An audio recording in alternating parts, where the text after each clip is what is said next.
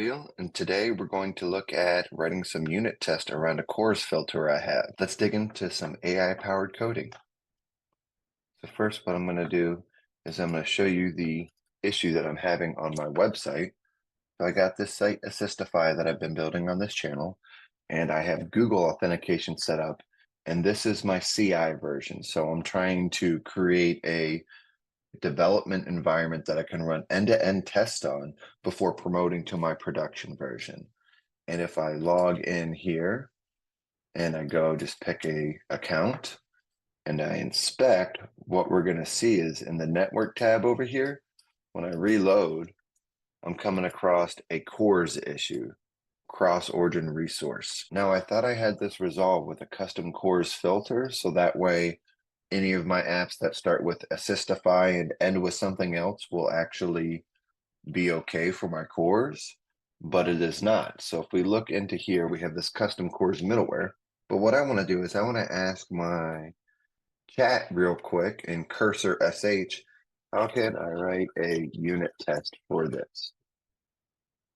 And what I want to do is I want to make sure both my UI in Vercel and my back in Fly.io both are captured within this regular expression here. I think they should, but for some reason, we're still getting a CORS issue. So I'm just going to take this real quick and I'm going to say new file, and we're just going to call this custom CORS middleware underscore test.py. So then I'm just going to take all of this, I'm going to plop it in there, and let's see if it actually works. I don't know if it will. And it's using @fast API. So it's just doing a real simple endpoint here and applying the custom CORS middleware. And then we're getting a test client and we can test that test client. Okay. So if we run this, what actually happens? Does this pass or fail? Pass, pass. Okay. So that is cool. That gets us a little bit to where we want to go, right? But I want to make this a parameterized test now. So let's try that real quick again. I'm going to come over here and say, can I make this a parameterized test? Because I want to pass in all my actual origins and stuff and make sure things work. And then right here is the parameterized. This is good, but I just want it for the positive test cases. And we make this just for the positive test cases. Let's see if it's a little simpler so we don't have to. There we go. Yeah, I didn't like how it was having, you have to pass in a bunch of stuff every time to each parameterized option. But now what we can see is we have just, hey, pass in these things, and then they should have these assertions. This is very cool. So let's do this right here. We're going to take this. I'm going to select it and we're going to paste it. And let's try running that again real quick just to make sure it passes.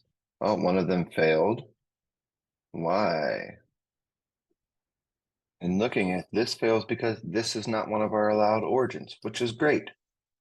So what we're going to do is we're going to grab our actual origins from our Fly.io and our Vercel applications and plop them in there. So this is the Vercel CI version. So we're going to come over here and we're going to put that in there. We're going to go to our other version of this, which is just the main app right here. And then let's make sure that the back ends are also in there. We just come over here to Assistify API dev. That's going to be another one. And then let's add that there. Finally, we have another one, which is the CI version. And if we run this, what happens? And there we go. One of them fails. Fantastic. But we don't get a lot of messages in here telling us why. I wonder if there's a way to add some information so we can identify which test failed.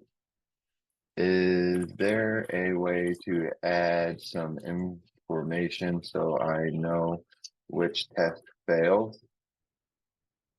I can look over here in my test runner. I can see the another allowed origin is still the one failing. but they're just saying IDs here. Oh, so we can pass in IDs. I love that. So let's do that real quick. We're going to say over here, it's going to be IDs.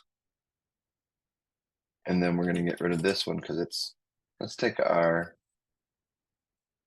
examples here that it gave us. And we don't want another allowed in there. We save that. And I wonder if we run it again, what do our tests actually look down here? Look, that is great. That looks a lot better. So with that, it looks like we have created unit tests around our CORS middleware. Now I'm a little concerned because I would have thought that one of those would have failed because I'm getting that CORS message inside my Vercel CI here, and that is one of the things we put in there. So my next thought is that maybe it's because in my API that I am adding the CORS custom middleware, then I'm adding this and it might overwrite it. So let's move this localhost 3000 in there so I can do local development. And we'll just quickly add our chat again. We'll say, how can I add into this list of accepted origins in my custom CORS middleware? I believe it's just gonna be an or statement, but let's just see what it comes back with. Oh, it did a regex still, so it's just saying or pipe this. Love that. So rather than doing additional or, we just add that in there. And then what I can do is back into my custom CORS middleware test, we'll add localhost 3000 just to make sure that still works. So HTTP, yep.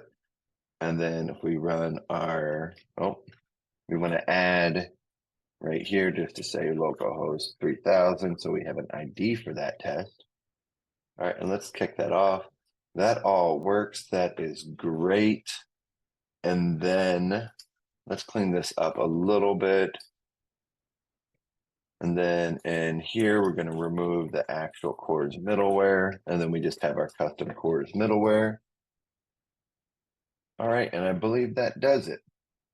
Let's push this up and then we'll see if this resolves our problem. So I'm going to say here, add tests to custom CORS middleware and remove standard CORS middleware. And we're going to push that up.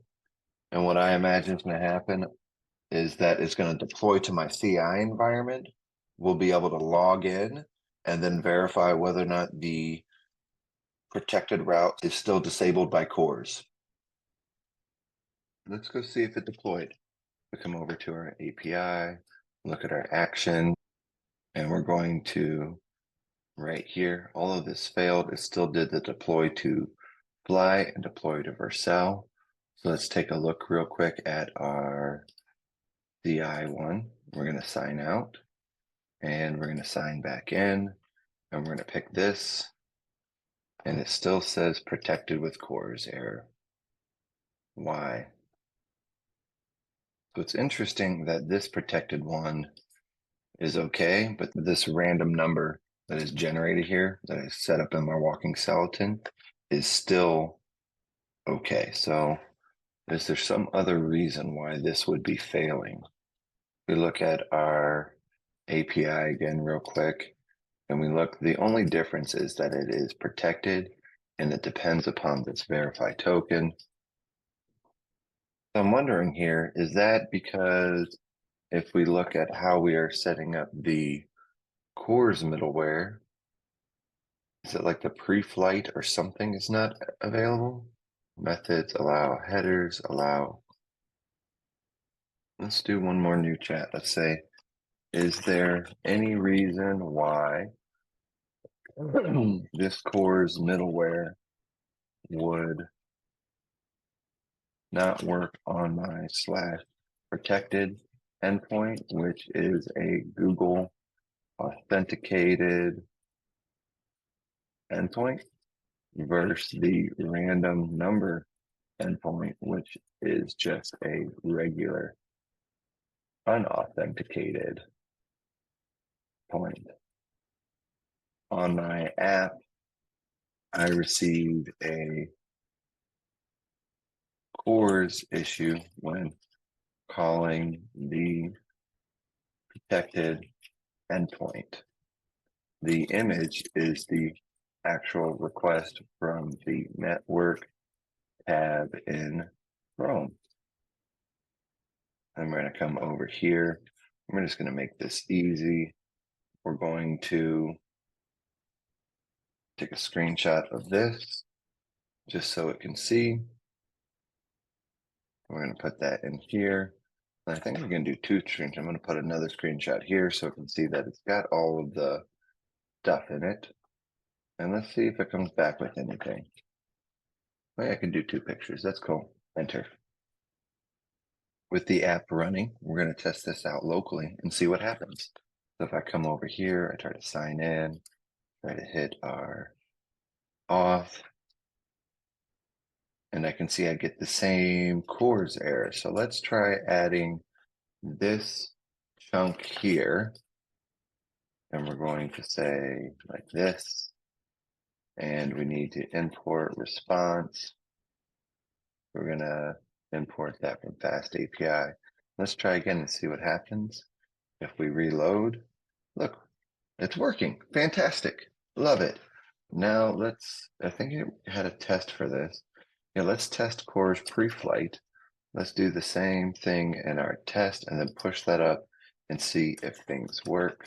I'm going to add this just down below the disallowed origins, paste, and let's see if we play that test. That works out great. Let's push this up and see if it actually fixes our issue on our running environment. We're going to push this up and we're going to say add options, Preflight, check to CORS filter. Commit that.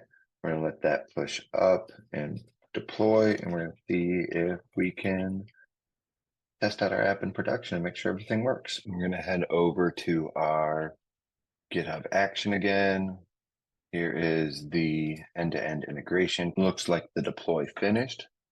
So we're going to go back over to our CI. We're going to sign in with Google. Probably have our tools open, look at network, let's pick one. And there we go. We have our message. And that's going to wrap us up for the day. Quickly recapping, we took our custom CORS middleware and we verified that the origins match using some unit tests that we wrote as a parameterized test for all of our domains. And then we had a negative case. And then we still ran into issues, and our coding assistant helped us figure out that we need to get a pre-flight check in there as an options. We hit this protected endpoint in our test, and then we inserted that the things were correct. We added this options check in there. And then if we're back on our website, we see that we get a good response from our server now for our protected endpoints.